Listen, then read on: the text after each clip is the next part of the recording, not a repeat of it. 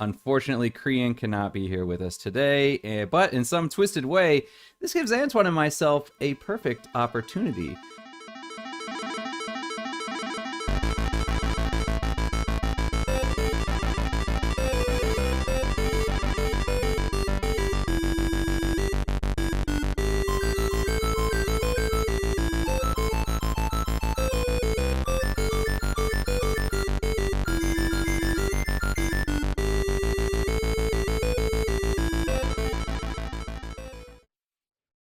Oh, and in the improvement they made, I don't think there was anything like this in the first one. There's a little chess-like minigame. Oh, You can play that Machine strike, Strike. strike, yeah, machine strike. Have you been enjoying that? It's very much chess-like, so when I'm really tired, I do like it. I find it fun, but again, it's the same as in combat with Aloy. You need stronger pieces.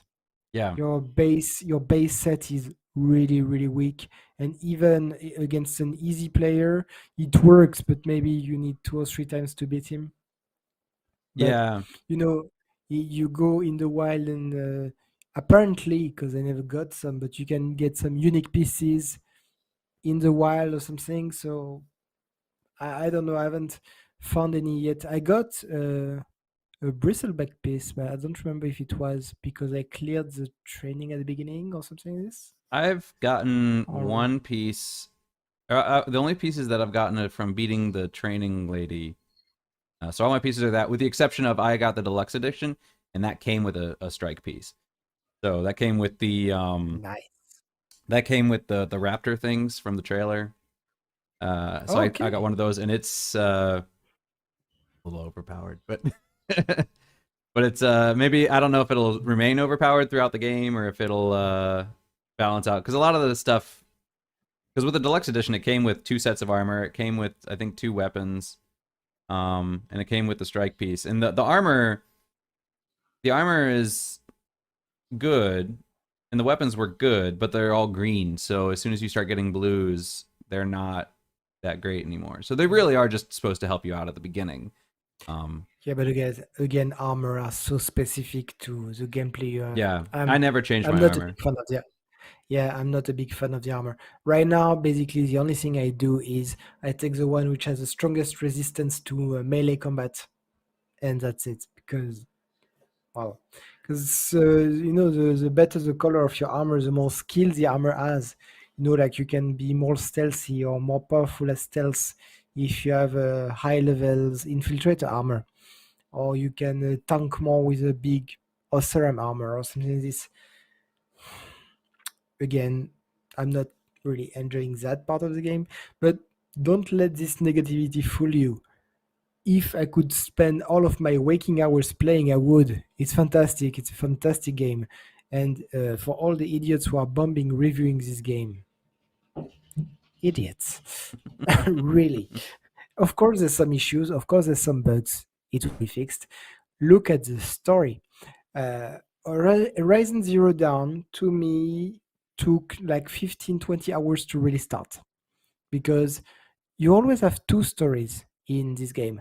You have the past is the story of the past world, of our world basically, and Aloy. And Zero Dawn start with purely Aloy for 15-20 hours until you climb the very high tower and you discover Pharaoh and Sobek, and you start piecing the pieces together. Here, in this one, they assume you played the first one, even though there's a 2 minute introduction at the beginning to try to tell you what happened in the first one, which is very nice because they didn't have to do that. But if you haven't played, you can start off with these bases, which are very weak bases, but they are bases anyway. And here, from the get go, first mission or anything, everything is tied together. You are with Aloy, she's looking for a Gaia backup, and everything is tied to what happened before the apocalypse and after the apocalypse. And I really love it. The story, she grabs you and never ever let you go. And I was super excited, like a little girl, like, from the beginning. like seeing the far zenith facilities, when they are showing you the Odyssey, this famous spaceship with which blew up in the atmosphere before he could, not in the atmosphere, but blew up in space before he could go to his destination. And you can see, I think it is there,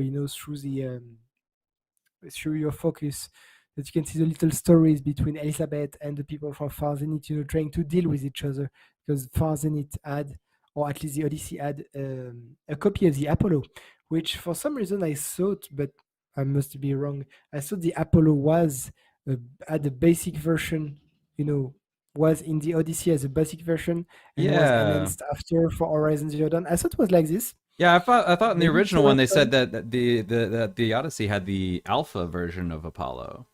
It's what I thought too. So maybe we are both right, and they just retcon this. I don't know, I don't know. or it's just that the log which had this information was wrong, or whatever. They changed the story slightly, but it works anyway. And um, spoiler, no spoiler. You must have seen Adam where he is right now, so you know what happened to Hades. The old bad guy from the first game. I really love the fact that at the end of the first game you see Silence capture Hades, and there's this big trope of course, the big bad guy of number two is gonna be Hades again. He's gonna be revived. It was too obvious. Let's do something else. And I was like, oh, Guerrilla Teams, I love you. Oh, not knowing who the big bad guy is gonna be. Like, this bad guy is so obvious. Let's get rid of it, right? Let's do something much more intelligent. Right. I was like, oh, thank you.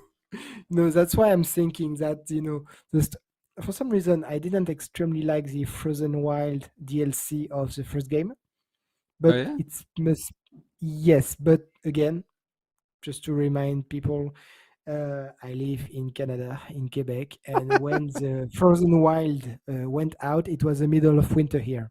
So when I see Aloy freezing her butt, in the snow, I just have to open the window and say, "Yeah, I know what you feel. That's terrible. I hate that.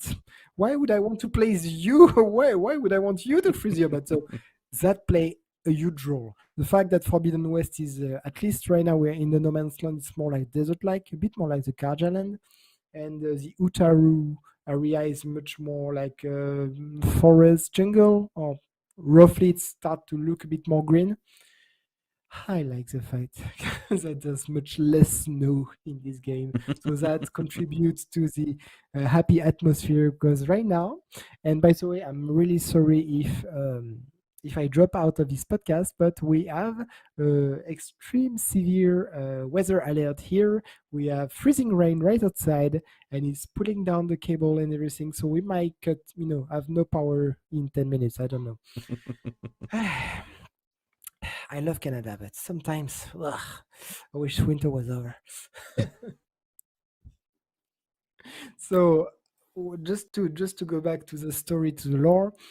So the fact that they mix up who the bad guy will be and change a bit the story and add to story is fantastic. At this stage where Adam is, I was already super hyped, especially when all the shiny new bad guy arrive, and I'm like, who are these guys? And I thought I would be already, at the top of my hype, maybe 2 or 3 hours after Adam, and maybe 2 or 3 hours after him in the main quest. Another big element, I hope at least, is going to be a big element of this game appears, and I'm gonna not gonna spoil it, but I was like, oh my god, they did that. Oh my god, they did this. Oh, I love it. They thought of doing this, and even I didn't thought, and it's an element I really love in game, and I talked about in previous podcast, and I'm not gonna mention what it is, and I didn't really thought of this in this game. And when I saw them do this, I was like, that's actually a very intelligent thing to do. That's fantastic. Let's see how they will use this trope. But right now, just the fact that they thought about it and implemented it. Ah. So we'll see what's your reaction when you are at this part of the game. And Sure. I'm just, I have to stop talking about this because I'm gonna accidentally He's gonna spoil spoil at some something. point. So, Yeah. I will.